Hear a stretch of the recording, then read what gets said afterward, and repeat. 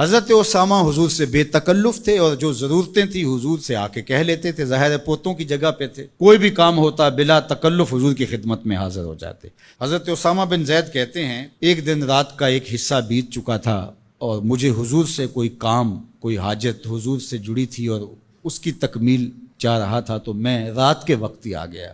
ظاہر ہے کہیں جانا ہو تو بندہ سوچتا ہے، لیکن جہاں اتنی بے تکلفی ہو وہاں کہتا ہے چلو میں چلا جاتا ہوں، تو وہ حضور کی خدمت میں حاضر ہو گئے۔ تو آقا کریم تشریف لے آئے۔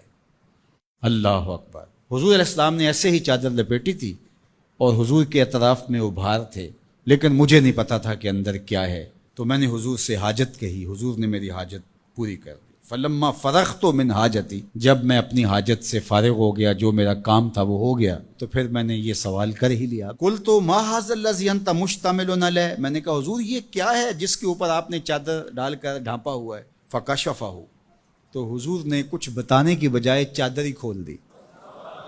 جب چادر کھلی تو منظر صاف تھا۔ میں نے کیا دیکھا سنو، حضرت اسامہ بن زید بن حارثہ بیان کرتے ہیں، فائز الحسن والحسین علی ورقہ، ایک پہلو سے امام حسن چمٹے تھے اور ایک جانب امام حسین چمٹے ہوئے، دونوں نے حضور کے پہلوؤں سے جفی لگائی ہوئی تھی، حضور علیہ السلام کے کشہین سے، حضور کے پہلوؤں سے لپٹے ہوئے تھے۔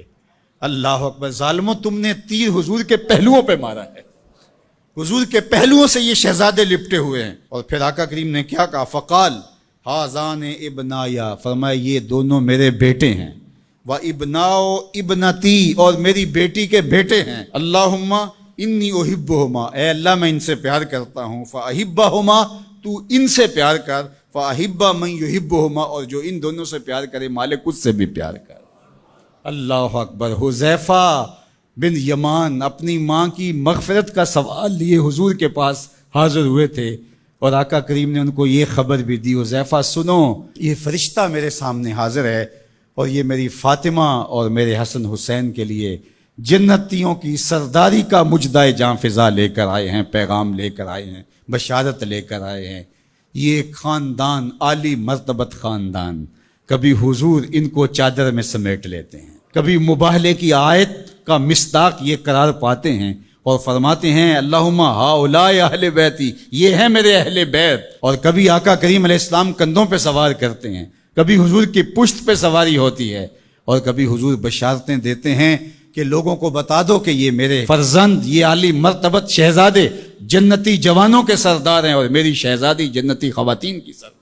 یہ عالی مرتبت خاندان جن کی عظمتیں اتنی بلند ہیں اور جن کی رفعتوں کے پھریرے لہرا رہے ہیں، تو جتنا اونچا منصب ہوگا امتحان بھی تو اتنا اونچا ہوگا، جتنی بڑی شان ہوگی تو امتحان بھی اس کے مطابق ہوگا۔ پھر 10 محرم کو جو امتحان ان شہزادوں نے دیا اور ثابت کیا کہ ہم سرداران جو جنت ہیں وہ ایسے ہی نہیں بن گئے، کیسے کڑے امتحان سے گزر کر کے ہم اس مرتبہ رفیع کے اپنے آپ کو حقدار بتا رہے ہیں۔ کوئی یہ نہ کہے کہ پیغمبر نے اپنے نواسے جان کے ایسے ہی بشارت دے دی تھی اور یہ عظمت ان کو حاصل ہو گئی تھی، ورنہ ان کے اندر کیا رکھا تھا۔ اب زمانہ دیکھے کہ جو حسین ابن علی نے کر کے دکھایا ہے، زمانے میں کوئی دکھائے تو صحیح۔ عظمتوں کی جس مسند پہ بیٹھے شہزادہ رسول دکھائی دیتے ہیں اور شہزادی رسول دکھائی دیتی ہیں اور امام حسن دکھائی دیتے ہیں، یہ الگ الگ عنوانات ہیں، جس عنوان پہ آئیں تو ایک کائنات بسی ہوئی ہے۔ اللہ جل شانہ ان شہزادوں کی برکت سے ہمیں دین کا حقیقی شعور عطا کر دے۔